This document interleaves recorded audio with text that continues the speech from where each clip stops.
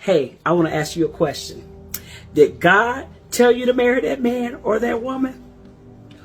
Or did your dopamines tell you to marry that man or woman?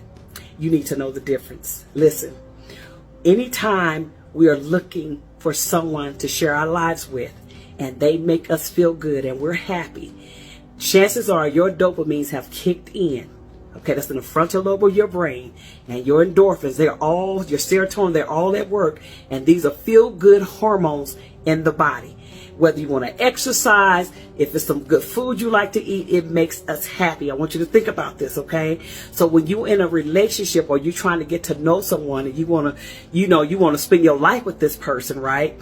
You need to know if it's your endorphins making a decision for you or you listen to the Spirit of the Lord. You got to know the difference. Have you developed your listening skills as well? Because you need to hear while you're laughing, endorphins are kicking in. While you're enjoying their company. You ever notice when the person I got to get off the phone, you get really sad, or the person has to leave, you get really sad, then guess what? That little high is going away. Because guess what? Endorphins only last for a minute, up to a few hours, and a minute, and it's over. You're looking for the next feel good. You're looking for the next fix. This is why people who are addicted to drugs and alcohol, they keep looking for the next thing to take away the pain, to make them feel good, to make them feel relaxed.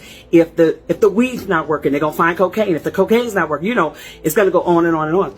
Those of you who are in a relationship, this is why you have preachers and teachers and men and women of God who are cheating on their spouses because they are not happy. They're looking for something that's going to satisfy that flesh or satisfy them to make them feel good about themselves. And when the brain receives some type of indication that pleasure is coming, it releases dopamine to make you feel good in that moment.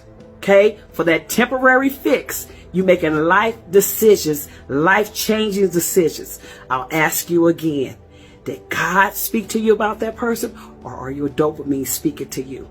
You need to know the difference, and you need to submit your body under the working power of the Holy Ghost. Submit those hormones that God has given you, because those are works of the flesh.